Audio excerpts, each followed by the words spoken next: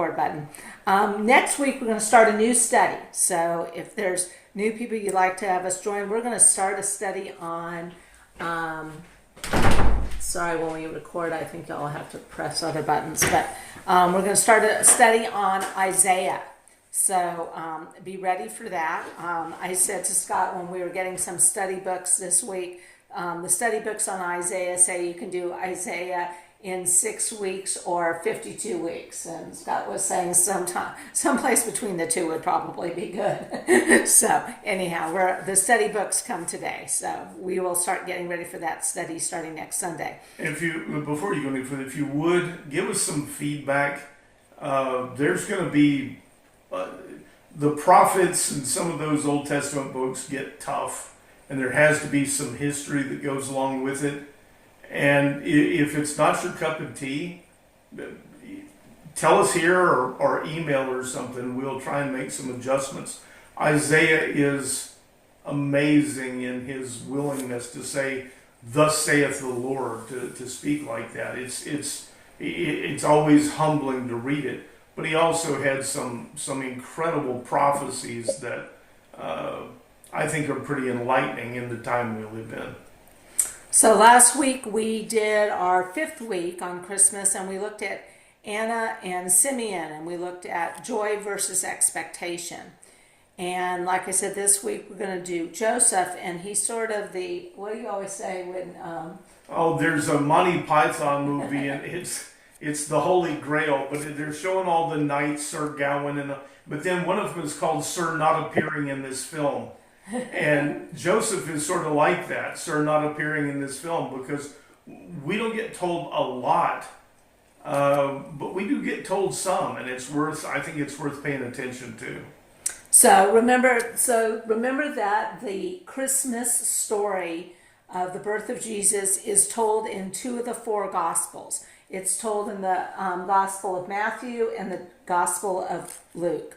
When you go to Christmas Eve service, by and large, you're listening to Luke 2, and Luke has a wonderful narrative on the birth of Jesus. And when you think about it, and then Matthew has some information, mainly we hear about the Magi in Matthew. But today we're going to see what else we hear about in Matthew. But it's important to know how the 2 Gospels, when I was little, go to Catholic Mass, and we'd always have a Gospel reading. I'd always wonder, why do we have 4 Gospels? And we always talk about here how they have different perspectives. And it really comes into play here when you look at the story of the birth of Jesus. Luke, remember, was a Greek, and he was a physician, and you just had the idea, what's the first thing of in Luke when he says why he writes it? Yeah, and if yeah, a lot of people get really upset that the Gospels don't look the same as each other, that they're very different from each other. And the beauty of that, the real beauty, and look at those of you that have your screen, look at your screen at the different people.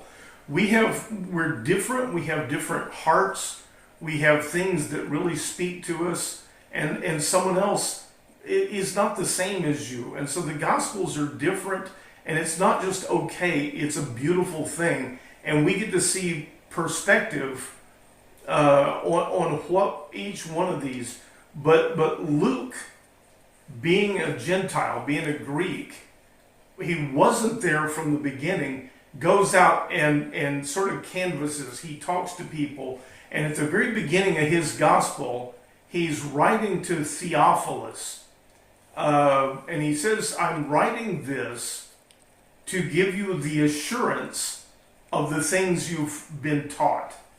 And when someone goes to the trouble of saying, "This is why I'm writing," it's a good thing to pay attention to, but it's obvious that there are people in the Gentile world that have been taught about this Messiah, about Jesus, and Luke goes out and does the research. He goes to the horse's mouth, I'm convinced of it, and he gets the story so that he can come back and write this and say, I want you to feel some assurance about believing the things that you believe. And so he's writing it from that perspective. And Matthew, being a tax collector, very methodical, very meticulous, writing down all these details, the Gospels do come out different, but they wind up telling one story just very effectively. And Luke, you have to think, Luke traveled with Paul, and he met all of the disciples through his travels. And I have to think, it doesn't say this in the Bible, but I have to think that the way Luke was, he interviewed Mary, basically. Mary was alive at that time, and his perspective was telling the birth basically through Mary's eyes, which makes sense when you when you read Luke 2. That's speculation, but Right. I think it's almost unthinkable that he didn't do that. And Matthew, and by the time Luke was there, we don't know when Joseph had died, but the last time we hear about Joseph is, and we'll talk about it today, was when Jesus was 12. So Luke couldn't have interviewed Joseph. So the fact that the fact that Luke doesn't talk a lot about Joseph isn't surprising. Matthew, on the other hand, he was one of the 12 disciples, and he hung out with Jesus. And if you watch the Chosen, you have this idea that he was very meticulous in his notes, and he talked to Jesus a lot. So in some ways, he probably asked Jesus about his birth and remembered Jesus as God, so he could tell him about it. So the other thing, when you look at Matthew starts the gospel. His gospel, Matthew 1, is the genealogy of Jesus. And it makes a lot of sense when you think he's a Jew, and the importance of genealogy was big. We listened to one sermon that said Matthew was setting up first to prove that Jesus was the Son of Man. So he had to go through the genealogy to say that he was pure, that he was man. He was a purely man. And then in Matthew 2, he gives the proof that he was also God. That's a pretty fair statement. So we're going to start like I said, Matthew 1 goes through the genealogy. And at the end of Matthew 1, I'm going to start in Matthew 1, verse 18, and I'm going to share. Let me see. Share. And here.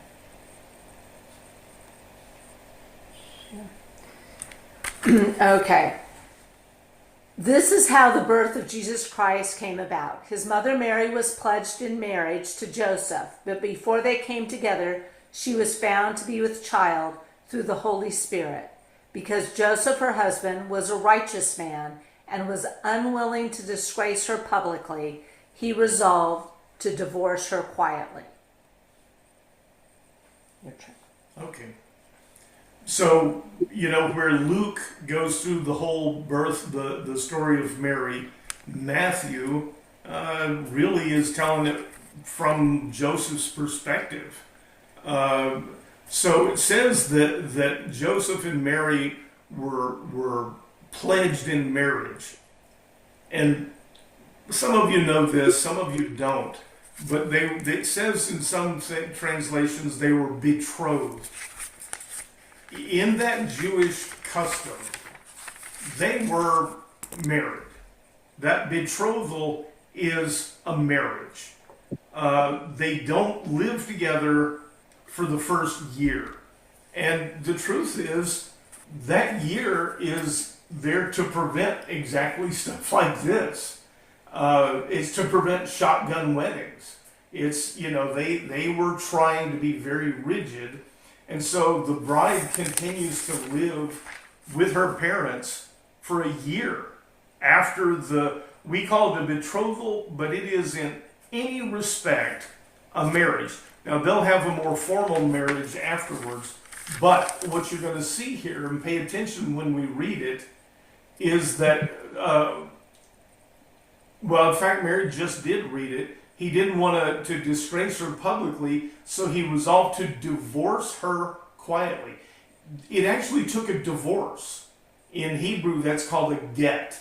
But you have to become divorced. So this betrothal is not like an engagement. We're kind of pretty sure we're thinking about getting married. And you notice some other things in here that may not stand out. It said that Joseph, her husband, was a righteous man. That's a term that it has to do with following the law. There's a place where we're told that no one would dare to give their life, or no one would decide to give their life for a righteous man. And it says in some occasions someone might give their life for a good man. And it's funny how it separates the two things of being a righteous man or being a good man. And so what Paul actually says is that, maybe somebody might dare to die for a good man. But the amazing thing for us is that while we were yet sinners, so we aren't righteous and we aren't good, and yet Christ died for us while we were still sinners. So Paul's using that to make a point, but I want to make the point that he makes a distinction between a righteous man and a good man. And he said not that Joseph isn't good, but Joseph was conspicuously righteous. And that's probably a factor in this, that Joseph, the influence that he would have on Jesus would be very noteworthy. And so Joseph, even though he follows the law, but when Mary turns up pregnant, he would have to divorce her publicly. And according to Hebrew law, she could be stoned to death. And we're going to show that real quick. And it's in Deuteronomy chapter 22, verses 23 and 24. If there is a virgin pledged in marriage to a man, and another man encounters her in the city and sleeps with her, you must take both of them out to the gate of that city and stone them to death. The young woman, because she did not cry out in the city, and the man, because he has violated his neighbor's wife. So you must purge the evil from among you. So, this is serious business. We've talked about during the trial of Jesus that actually killing someone, technically they have to get the Romans' approval, but things aren't always that cut and dry. But the fact is that Mary being pregnant during this year is very, very serious. And it says that Joseph didn't want to divorce her publicly. See, because what's going to happen here is that if this gets found out, Joseph is going to take on shame if he actually goes through with the marriage, because they're going to say, well, that was you didn't wait the whole year, that's your baby, so you're a lawbreaker too. But the way it's described to us is he doesn't want to shame her publicly, so he's gonna do it quietly. He resolved to divorce her quietly. This will bring shame on him as well. He's a good man. And we rarely talk about Joseph in these terms, but you see in the way he wants to handle this, he's a good man that doesn't want to trigger all these consequences. And now we're going to go on to share. Here, we're going to go back to Matthew 1 and take up where we left off. But after he had pondered these things, an angel of the Lord appeared to him in a dream and said, Joseph, son of David, do not be afraid to embrace Mary as your wife, for the one conceived in her is from the Holy Spirit. She will give birth to a son, and you are to give him the name Jesus, because he will save his people from their sins. All of this took place to fulfill what the Lord had said through the prophet. Behold, the virgin will be with child and will give birth to a son, and they will call him Emmanuel, which means God with us.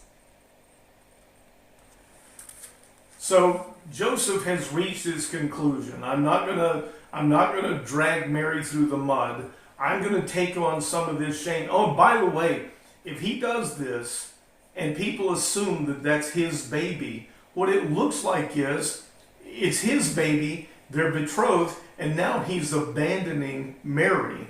He's divorcing her. Deadbeat dad. This is his willingness to take shame upon himself. Sacrificial love, if you see some similarities, they're there. But it says that an angel of the Lord appeared to him in a dream. And we'll find this is the first time, 4 times an angel appears to him in a dream. This is the first time. Yeah, we think about God coming to Abraham or to Mary or to the other Joseph, the patriarch. God comes to this Joseph 4 times in a dream, in a revelation in a dream. We aren't usually told about that. But the angel says, don't be afraid to embrace Mary as your wife. When these angels show up, when these visions show up, the thing we hear always is, fear not, don't be afraid. But this is much more direct than that. He says, don't be afraid to embrace Mary as your wife, for the one conceived in her is from the Holy Spirit. That's a lot to swallow. That's a lot. See, another thing that doesn't get talked about a lot, Mary knows she hasn't been with a man. Mary absolutely knows how this came about. Joseph has to believe something that he doesn't have any direct proof of.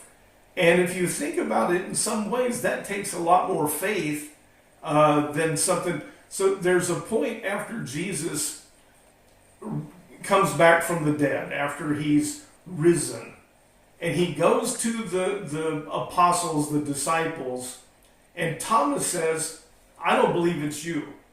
I'm not going to believe it's you until I've touched, what you doing? I'm doing right here.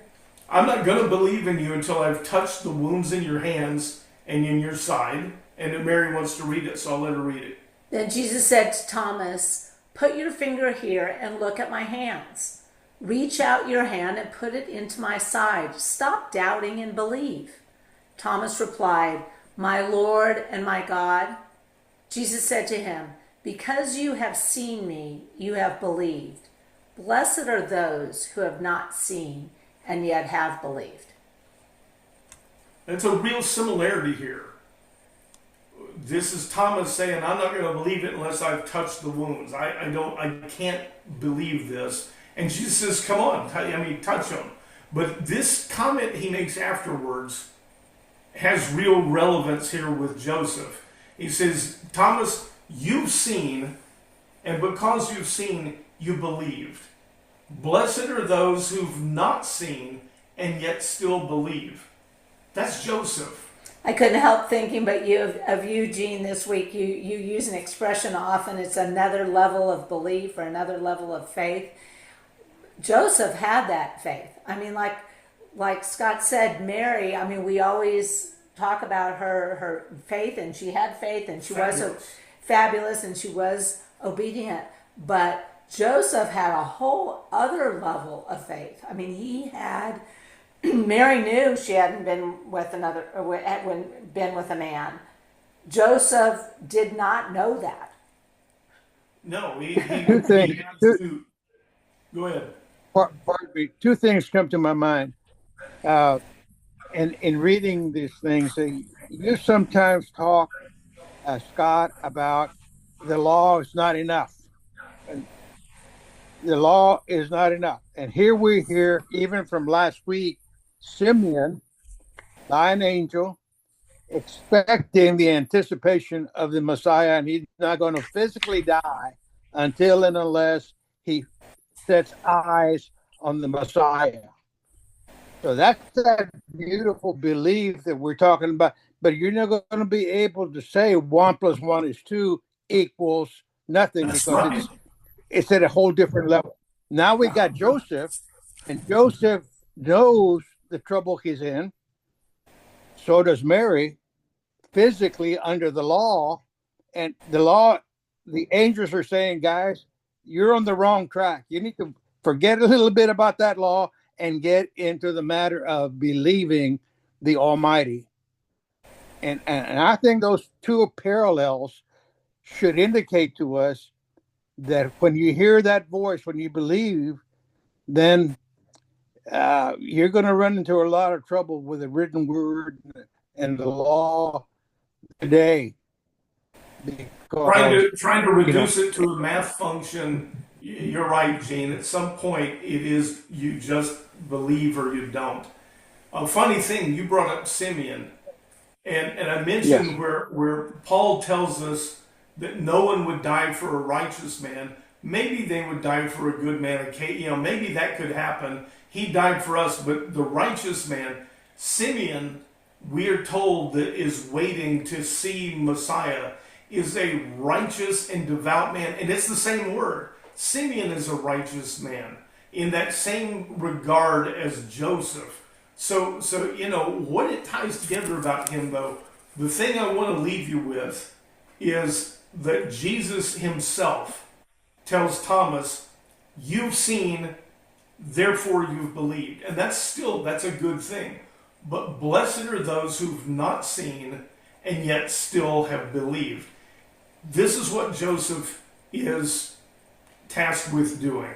And Mary accepts what she's told. She says, "Let it be done unto me as you said. As God wills, I will accept that." But Joseph is having to accept something without really knowing. She knows. So he plays a bigger part in this, and he will be the one that raises Jesus as an earthly dad, and he's a righteous man. I'm sure that he's a good example. You gonna go on with that? Yeah, I am. Okay. The last two verses of chapter 1 of Matthew.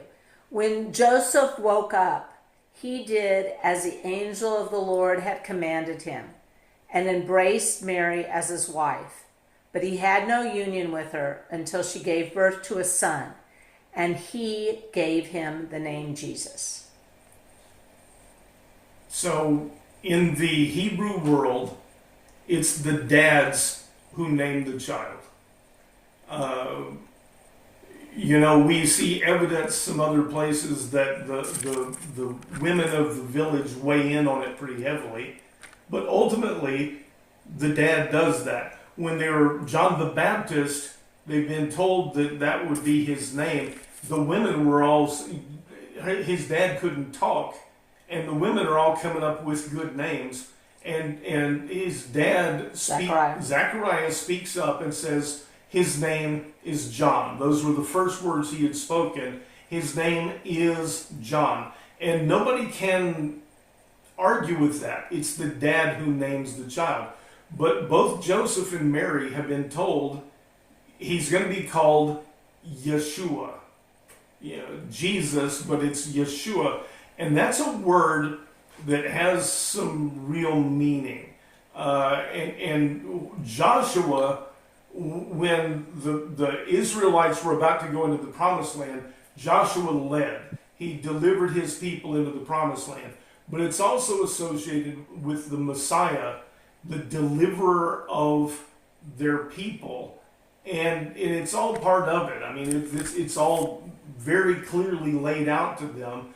But it is Joseph that gives him the name. Joseph has been told, you're going to call him Yeshua. And he does. I guess some of the point in this is we're kind of closing out Christmas, is don't overlook Joseph's importance in all of this. So when we go on to chapter Scott, 2. Yes. pardon me again, guys, but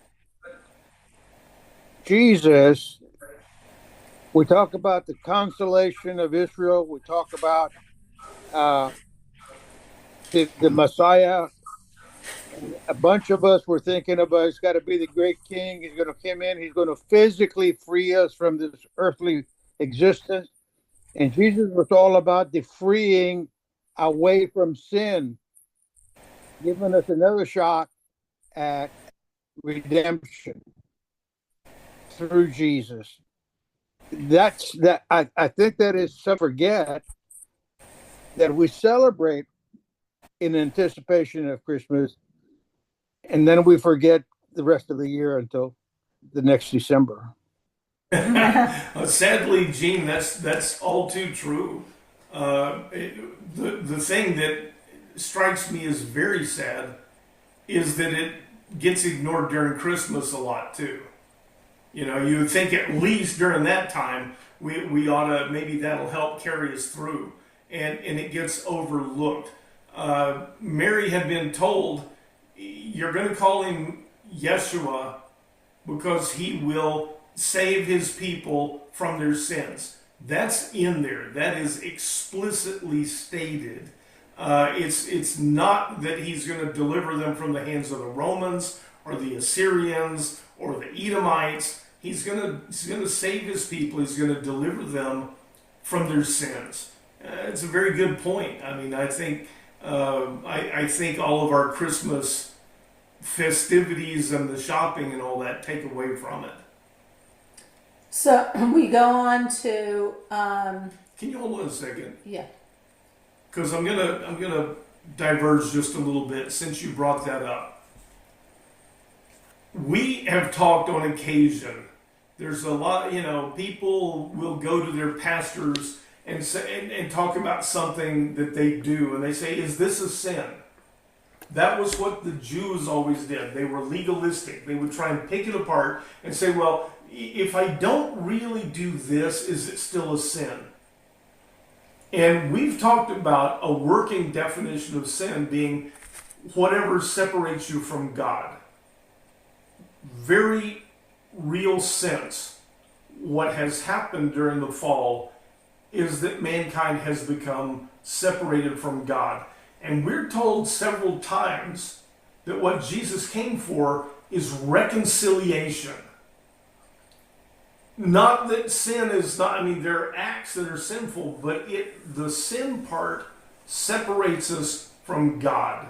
And what he comes to do is to give us a way to be reconciled. And yes, that involves forgiveness of sins, but it's for the purpose of being reconciled to God. The tragedy of sin is that it separates us.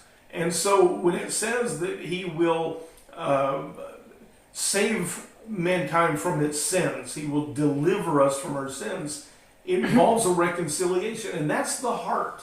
Instead of looking at every single little action, and I'm gonna, if we run out of time, we run out of time. AI, you all know artificial intelligence has taken over everything.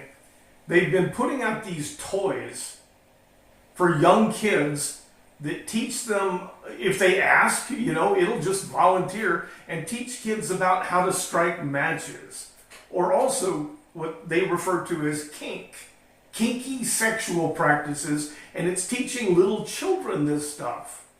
And so what do? They want to put a filter on that says when you're talking to small children, you don't talk about this, you don't talk about this. You can't make a list big enough or all-inclusive enough if you can't look and understand there are some things you just don't talk to a small child about. You're never going to get a legalistic list that's good enough. This is the point of the sacrifice, is reconciliation, to allow us to approach the heart of God and to become transformed. So always when we talk about sin, I feel almost compelled to talk about the fact that if you want to be legalistic and say, I don't do this, so I'm okay. It's about being reconciled in the heart to the will of God. And if you do that, you don't need a list of what's a sin and what isn't. So, sorry, that's a side note. Mary now is worried about the time. I am not. Be nice. Okay. Going back to Matthew, starting in chapter 2, we're just going to read the first verse. It says, after Jesus was born, verse 2, after Jesus was born in Bethlehem in Judea, during the time of King Herod, Magi from the east arrived in Jerusalem, asking, where is the one who has been born, King of the Jews? We saw his star in the east and have come to worship him. Now, we have already studied this section of Matthew the last couple of weeks on the Magi. But I'm going to skip ahead.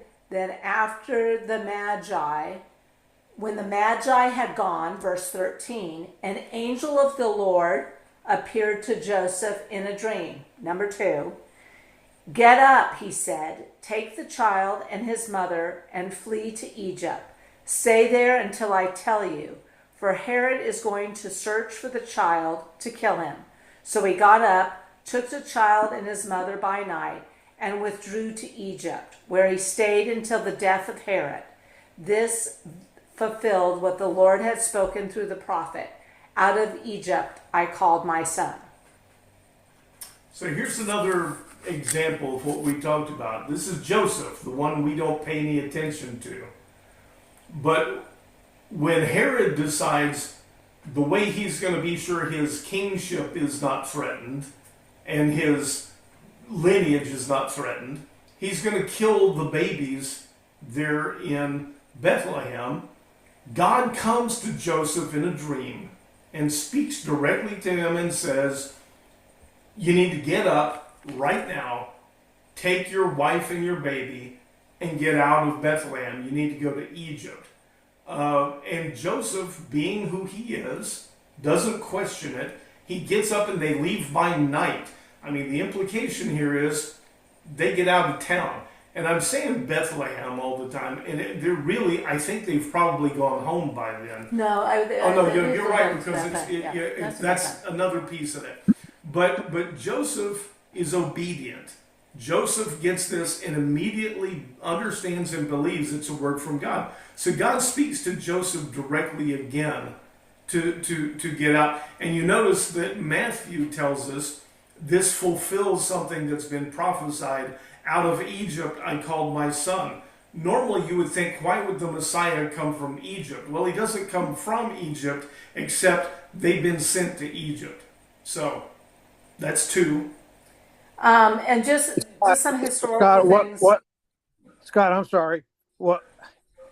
I guess I must have been bored, read the Bible quite a bit this past week, but Joseph, this one is in a dream.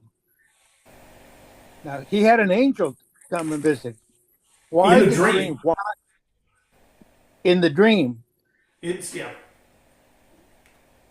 But Mary got an angel. Yes. Right? Mary, you're going to be.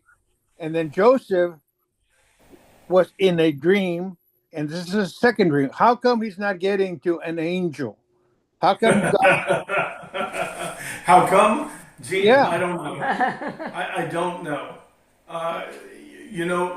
There's a point where it talks about in the end times that your old men, your young men will see visions, and your old men will dream dreams. I don't know why the two are separate, and yet even when Joseph wrestles with the man, the angel, it's really not clear whether he's awake or asleep when Abraham gets his visions. I don't know the mechanics of it. I wish I did. So historically, King Herod was a real king, and he really died. They believe he died in 4 BC. And so how does that work with Jesus? Well, most historical people believe that Jesus was born actually in 6 BC. So Yeah, the that's, calendar stuff, I would strongly advise you after having gone down that route, not to try and say that BC and AD happened at the moment of his birth. Our calendars are that messed up. Let it go. but putting together Matthew and Luke. Matthew, now when I think of the Christmas story, I think Matthew starts first, and he talks about the genealogy. He talks about Joseph in the dream. Luke takes over, talks about the nativity scenes and the shepherds coming, and then Matthew goes back now. And Matthew, many people think that the wise men, the Magi, came to see Jesus, it could be up to 2 years. So, but was not the night of his birth. And he was still in Bethlehem at this time.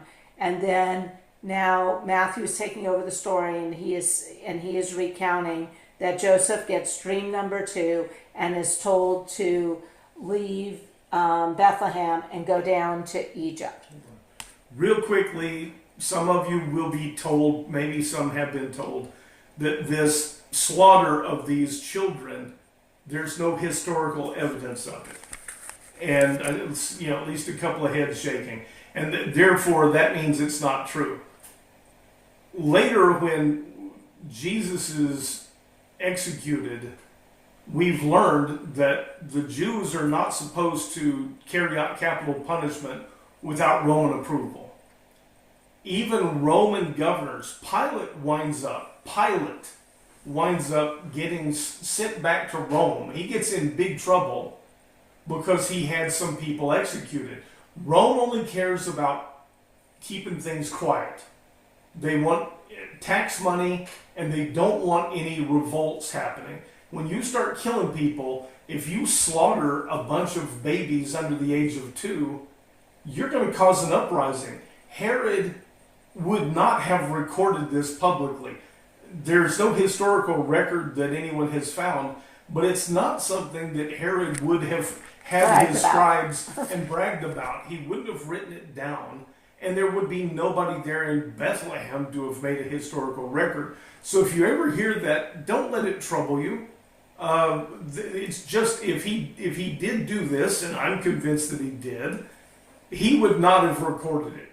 Because if it gets found out, Rome would absolutely execute him for doing it. So, And remember, he's doing it because he's protecting his throne and his sons.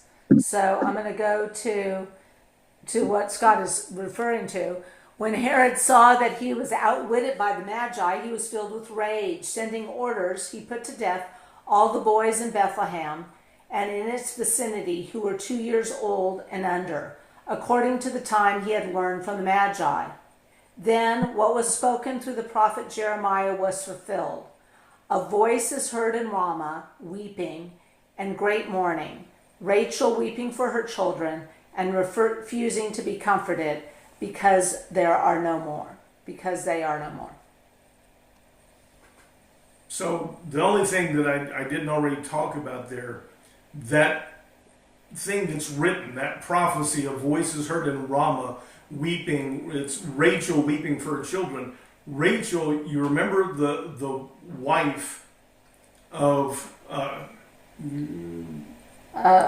Jacob. Of Jacob, yeah. All of a sudden drew a blank. Rachel was the wife of Jacob, the one he loved, the younger of the two. She's buried in Bethlehem. It's that there's a reason why that region is referred to as Ramah, R-A-M-A-H. But this thing about voices heard in Ramah, weeping in a great mourning, Rachel weeping for her children. That's an illustration, but the idea that these are descendants of Jacob and Rachel is buried there. So if you've ever wondered what that means or why that's in there, that's what it is. Rachel obviously is long since dead, but her burial place is there at Bethlehem. Scott, one more interruption. I know that we've had Roman historians. Josephus was one of them, and they go read him, and if it's not in that book, it's not never happened. But did the church or did the temple have the scribes that would have written some comment that all those babies were killed in the search for Jesus Christ? You know, Gene, it's I there don't know is, the answer. it's not there, but you've got to understand who the temple has become by then. They really don't care that much about the little people. They have records of a lot of things, but a lot of it's business transactions. It may strain people's credibility that something like this could happen, and the New York Times doesn't run a front page article about it. But by and large, that's the world we live in. Things are never that simple. And I've done a whole lot of historical reading on these kinds of things. The idea that the Romans didn't just kill people willy-nilly. That a Roman leader like Pilate would get in trouble for an execution that causes a political uprising. Those are historical facts. I haven't found anybody that said they have a record of what they call the slaughter of the innocents, but it's not that surprising to me. It really isn't. You about to share something else? Oh yeah, I was just about to hang up on that. Okay. After Herod died, an angel of the Lord appeared in a dream to Joseph in Egypt. Another dream. Get up, he said, take the child and his mother and go to the land of Israel, for those seeking the child's life are now dead. So Joseph got up, took the child and his mother, and went to the land of Israel. But when he learned that Archelaus was reigning in Judea in place of his father Herod, he was afraid to go there. And having been warned in a dream, number 4, he withdrew to the district of Galilee, and he went and lived in a town called Nazareth. So was fulfilled what was spoken through the prophets. He will be called a Nazarene.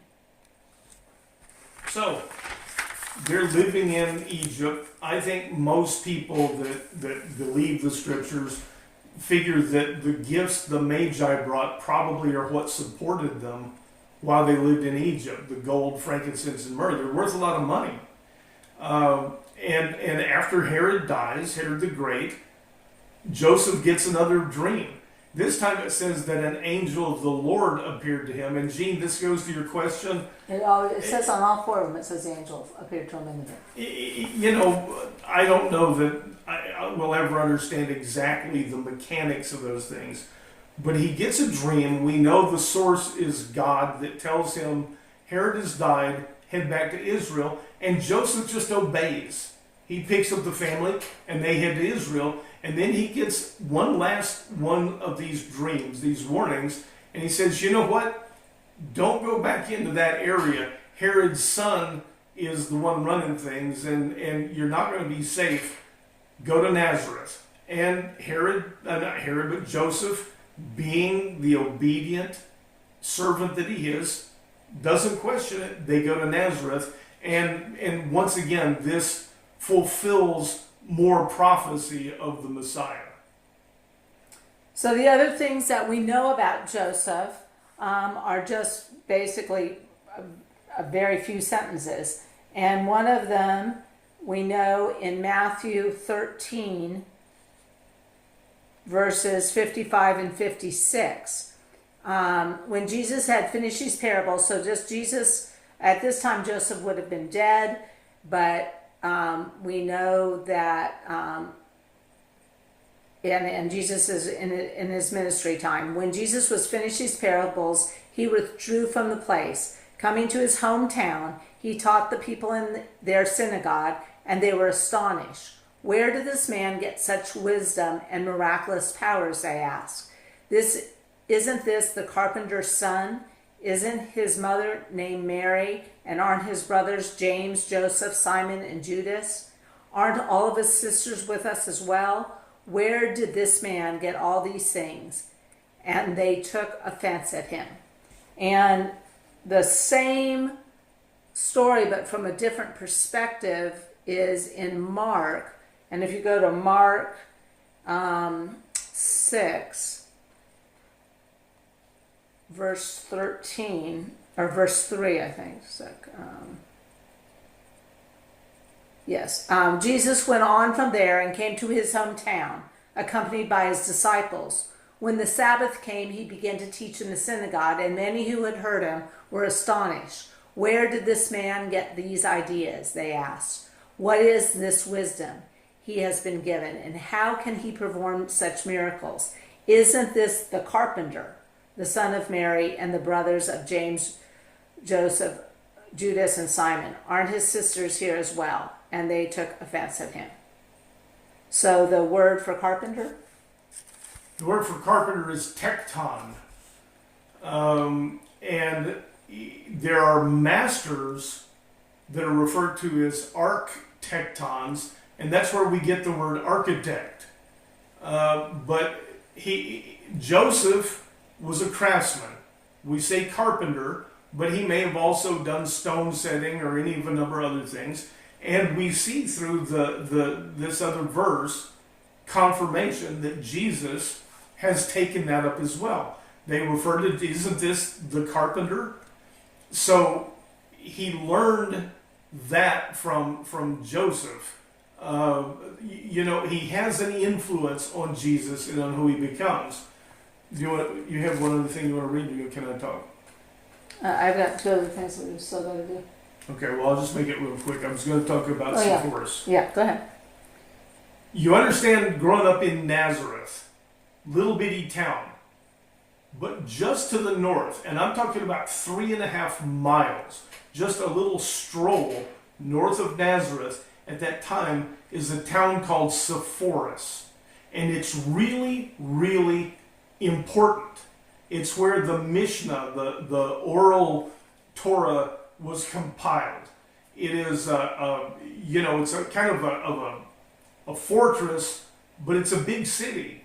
And after Herod dies, a Jewish rebel takes over the city of Sepphoris. And a Roman leader comes and takes it back and orders it burned down. You with me? Don't let me confuse you on this. Right, just a little hike north of Nazareth is this very important town. And Herod's son, Herod Antipas, has it rebuilt, and he calls it the jewel of Judea, no, the jewel of the Galilee. That's right. All right? So during the time that Jesus is growing up, they're rebuilding a city 3 miles away from Nazareth that is this really important city that Herod Antipas is intent on making the jewel of the Galilee. Joseph, being a carpenter, for me it's unthinkable that he didn't make the little trek up to Sepphoris. He's a craftsman, and he's got a lot of work because they're rebuilding an entire city 3 miles away. So the chance that Jesus grew up with Joseph doing work in Sepphoris and learning at Joseph's feet, I would say are almost certain. Part of this is to just introduce you to Joseph a little bit. He would have been in some demand as a craftsman, being right there where Sepphoris is. The last time we hear about Joseph is in Luke chapter 2, verses 39 through 52. When Jesus' parents had done everything required by the law of the Lord, they returned to Galilee, to their own town of Nazareth. And the child grew and became strong. He was filled with wisdom, and the grace of God upon him. Every year his parents went to Jerusalem for the feast of the Passover, and when he was 12 years old, they went up according to the custom of the festival. When those days were over and they were returning home, the boy Jesus remained behind in Jerusalem, but his parents were unaware he had stayed. Assuming he was in their company, they traveled for a day before they began to look for him among their relatives and friends. When they could not find him, they returned to Jerusalem to search for him. Finally, after 3 days, they found him in the temple courts, sitting among the teachers, listening to them and asking them questions. And all who heard him were astounded by his understanding and his answers. When his parents saw him, they were astonished. "Child, why have you done this to us?" his mother asked. "Your father and I have been anxiously searching for you." "Why were you looking for me?" he asked. "Did you not know I had to be in my father's house?" But they did not understand the statement he was making to them. Then he went down to Nazareth with them and was obedient, but his mother treasured all these things in her heart. And Jesus grew in wisdom and stature and in favor with God and man. So, all of the Jews who live within a certain distance of Jerusalem are required to go up to Jerusalem during Passover. They're required. But if you live further away, you're not required. You know, you should do it at least a few times in your life, at least once. But they live far enough away, they weren't required to go. And yet Joseph makes sure that they go there, we're told, every single year. Joseph is a righteous, devout man. That's how Jesus grew up. And this last bit of him, they leave, and that seems alien to us, and all I can tell you real quickly is that these people were such a tight-knit group. There's so much family, you know, everybody knows everybody. They're heading back home in a caravan. They just assume that Jesus is along and he's off, you know, with some friends, and they're a whole day away before they notice. It could happen. That's the way the caravans work. But they go back and find him in the temple. And I want you to picture being Joseph. You're the dad at this point. We all, you know, we have so many mixed families, divorce, second marriage. You're the dad. And there he is in the temple. And they said, what are you thinking? Why did you do this to us? You scared us to death. And he says, "Did you not know I had to be in my father's house?" If you're Joseph, that's not a real good feeling. You're the dad. And I'm sure he's used to calling Joseph Abba. I'm sure there was never any question. Joseph is dad. And for him to say, "I had to be in my father's house," and it's kind of funny, it says they didn't understand the statement. We understand things and we don't understand things. That statement that says, "Lord, I believe, help thou my unbelief." I can tell you from living and being part of a mixed marriage, you know, a second marriage, those were my kids. I was dad.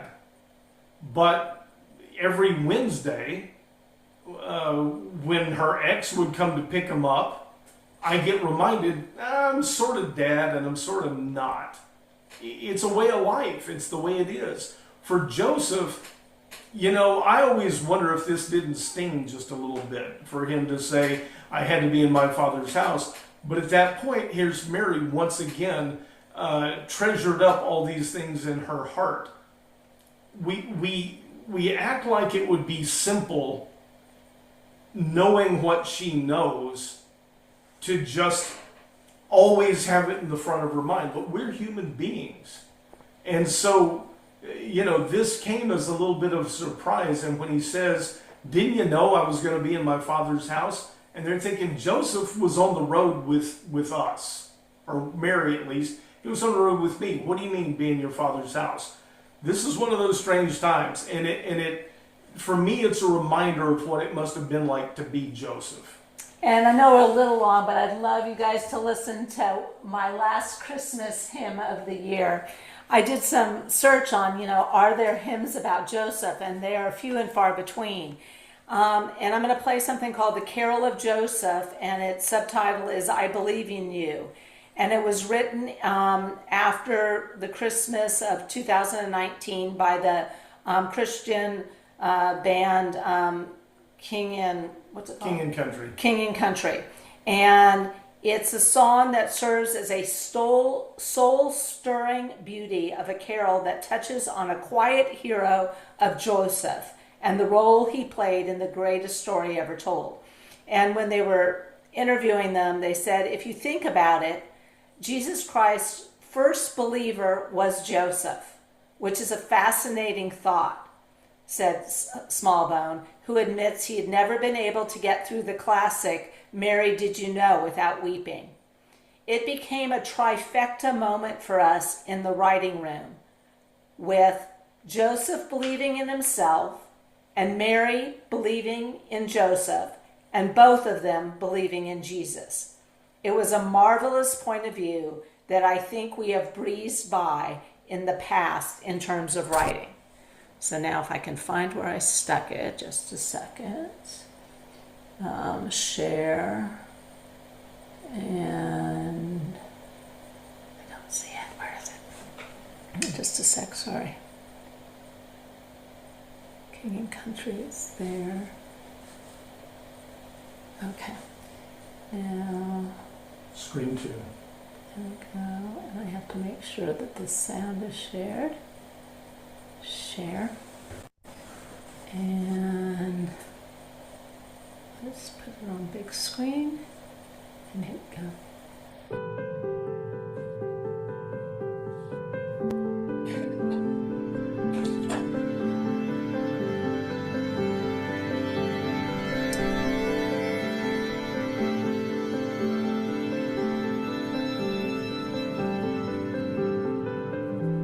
Awestruck, silent, there's wonder in the air tonight. She's softly singing, singing them a lullaby. I can't believe it's true. I can't believe it's really you. For so long we've journeyed, I never thought we'd come this far. Twisting and turning, searching for a guiding star. Can't find the words to say, no I can't explain, but the world just changed. I've seen the miracle of courage, faith, and a mother's grace.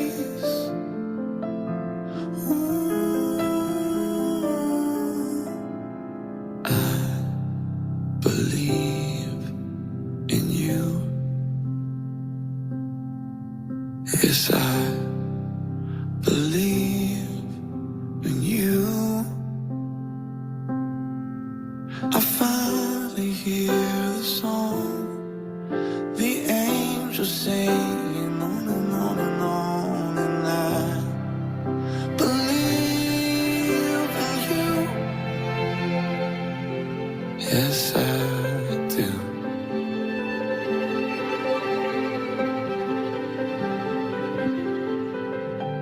Breathless, trembling, wondering what's gonna happen next. Questions upon questions, his little heart beating in my chest. How can I be the one to father the father's son?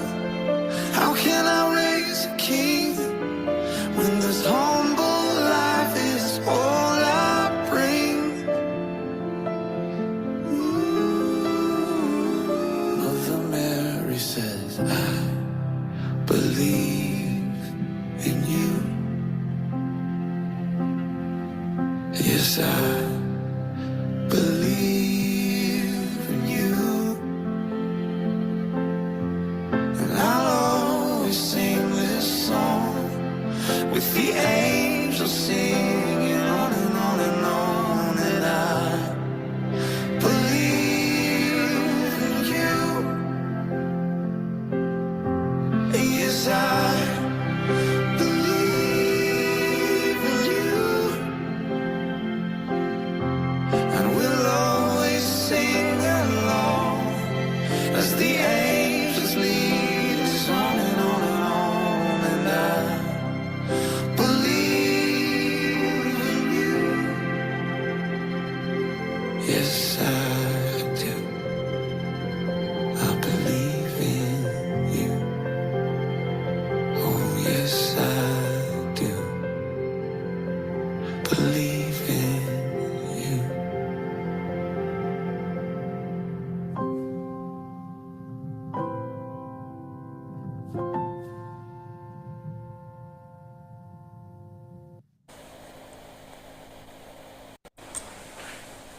So anyway, there's Joseph. We don't usually think about him a whole lot.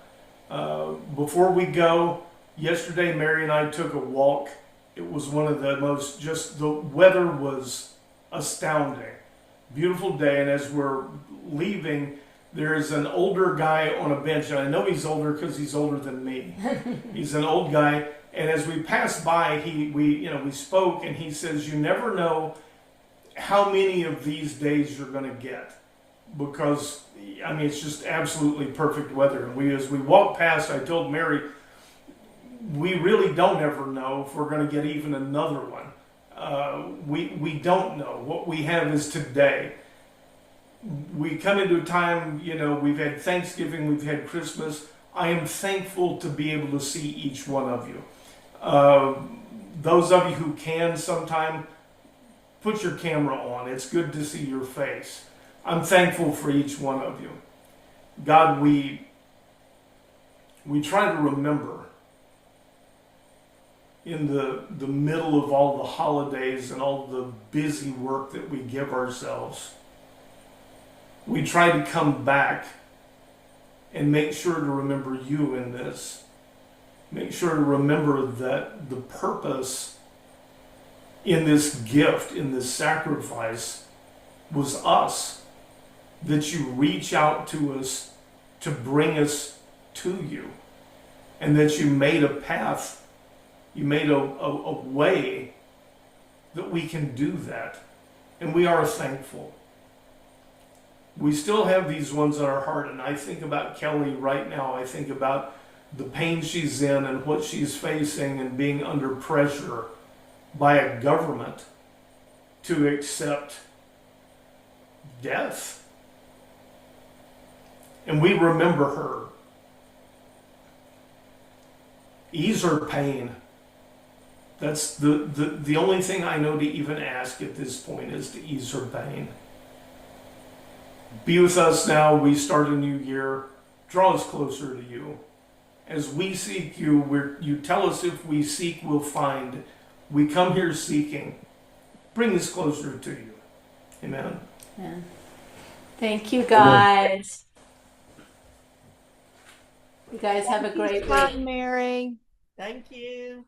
Bye-bye. Have a great week. Thank y'all. Mary, Happy New Year. Happy Happy New New Year. Year to everybody. Bye. Yeah. Bye.